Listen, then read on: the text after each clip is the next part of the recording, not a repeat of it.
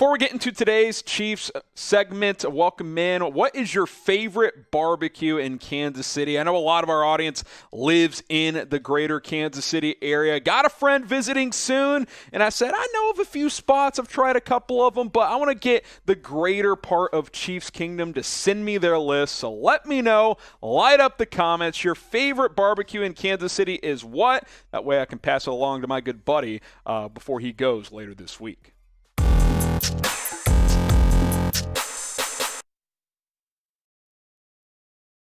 You're watching the Chiefs Report. I'm your host, Harrison Graham. Appreciate everybody for tuning in to today's show. Bleacher Report dropped an article of 3 players that the Chiefs should go out and sign in NFL free agency. So we'll break them down one by one on today's show. Number 1, Melvin Ingram, bringing back one of their own. And obviously Melvin Ingram's a player we've talked about quite a bit. We mentioned last week, and I'll mention again here, that the Chiefs did UFA Ingram with that tender there. 1 year, $4.4 million. Basically the way that works is it's 110% of his contract he made last year, which was right around $4 million, I believe. So he would get a little bit more on a 1-year deal. He's got that offer on the table from the Chiefs.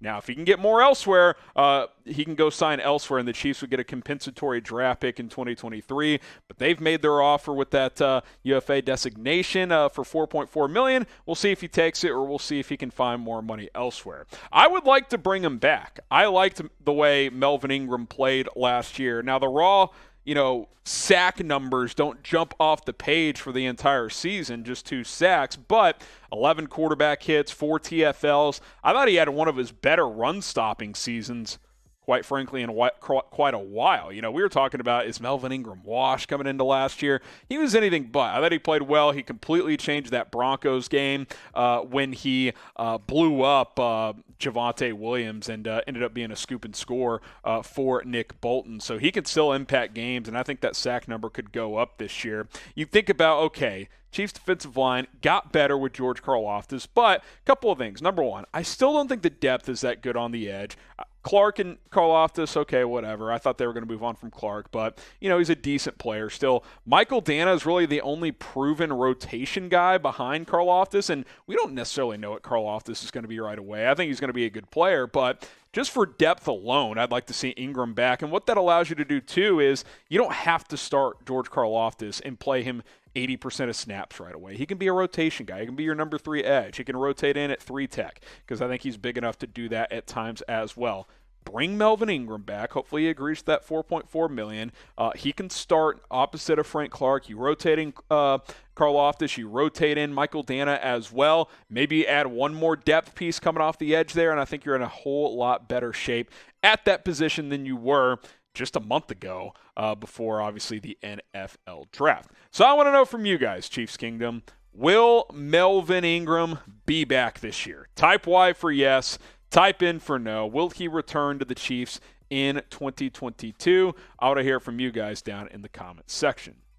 Now, Chiefs Kingdom, be sure to follow us on Rumble. You guys keep bringing the heat, for those of you who have already followed, because we've surpassed the Raiders Report on Rumble, but I want to continue to grow that lead. What's awesome about Rumble is you get free content, just like you're on YouTube, but it's also uncensored, not only from me, but from other creators on the platform as well. You can find sports content, news, politics, tech, business, whatever your flavor is. A lot of good creators over there. It's a growing platform. You can also use the app on your phone, podcast style, in the background. You can have other apps open. If you get hit with a text message and you click it, the video is not going to pause like it does on YouTube, unfortunately. So give us a follow, rumble.com/ChiefsTV. Hit that follow button there, and we'll continue to publish more videos here on the Chiefs Report.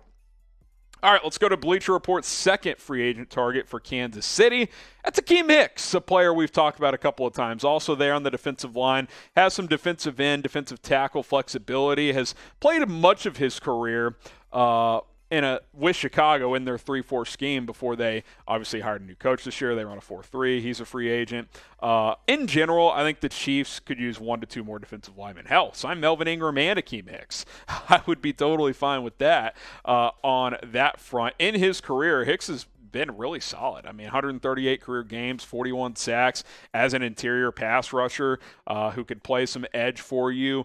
He's still got a good motor. He's a good locker room guy, a leader, a rah-rah guy, always brings the energy. He was the heart and soul of those Bears defenses that were really, really good there for a few years. Now, keep in mind with Akiem Hicks, injuries have piled up. I mean, he's missed 20 games over the past 3 years, which is, out of a max 49 games. So he's going to miss some games. He will not play all 17. If he does, that would be out of the norm based on his last 3 seasons. But did play 15 games 2 years ago. 2019 missed a lot. 2021 missed a lot. So, maybe it's every other year he plays a lot of games. You never know. But if it's on a cheap incentive-laden deal as a guy who can play inside out, I think that's certainly worthwhile for a team that I still believe could use some pass rush help. Now, name a player that you think the Chiefs should go out and sign in free agency. Shout out that player in the comment section, whether it's Akiem Hicks or Melvin Ingram, Jadeveon Clowney, whoever. Shout him out in the comments. Maybe you want James Bradbury. I don't know. Let's hear it from you guys. Now, Chiefs Kingdom, thank you guys so much for 30,000 subscribers. We crossed that milestone over the weekend on Mother's Day, actually. I hope you guys enjoyed, spent some time on Happy Mother's Day as well. Happy Mother's Day to all of you out there that are moms. You guys are the best. We're trying to get to 31,000 subs ASAP, daily videos. If you're already one of our 30,107, I appreciate it. If you're not and you like the Chiefs and if you like our videos, hey, subscribe. It's free. It helps us out. Easy way to support the show. All right, one more guy that Bleacher Report mentioned, another guy we've talked about quite a bit here, Jarvis Landry, who spent the last couple of seasons with the Browns, had some injuries last year, was fighting through a shoulder injury, still mustered out 12 games and 570 yards last season. That's while fighting through injury, playing through Baker Mayfield. Those percentages on the right are his catch rate, by the way, for anyone wondering. I think a fully healthy Landry can still be a 60-catch guy for, 700 to 800 yards. Now, the Chiefs do have a lot of depth at the position now. If they think Sky Moore is going to be a slot or Juju's going to be a slot, does Jarvis fit? I certainly would be open to bringing him back. Now, I will say this. Reports out there in the last 24, 48 hours that Landry's not going to re-sign with the Browns. Sounds like that ship has sailed, so maybe the Chiefs jump in. I know Baltimore has shown some interest. He's certainly one of the best free agent players left on the market, especially on offense. I'm open to it. If the price is right, I'm open to signing Jarvis Landry. Now, he's not a true number one. Anyone who says he still is wrong. That is not the case. But you would add to a position that you already have a good amount of depth at with Juju and Hardman and Valdez-Scantling, Sky Moore, even Josh Gordon. I mean, you've got guys that you can trot out there and feel at least fairly good about, and Landry would be another one of those guys. Now, should the Chiefs go out and sign Jarvis Landry, S for sign, P for pass? Again, the money's got to be right. I wouldn't overpay for him at this point because it's not like he's going to come in and be a pure number one, but if he's cheap enough, I think I would definitely consider it if I was Brett Veach. Be sure to hit that subscribe button like we mentioned. Thank you guys so much for 30,000 subscribers. The road to 31K is underway. YouTube.com/ChiefsTV. That is the place to subscribe to the channel.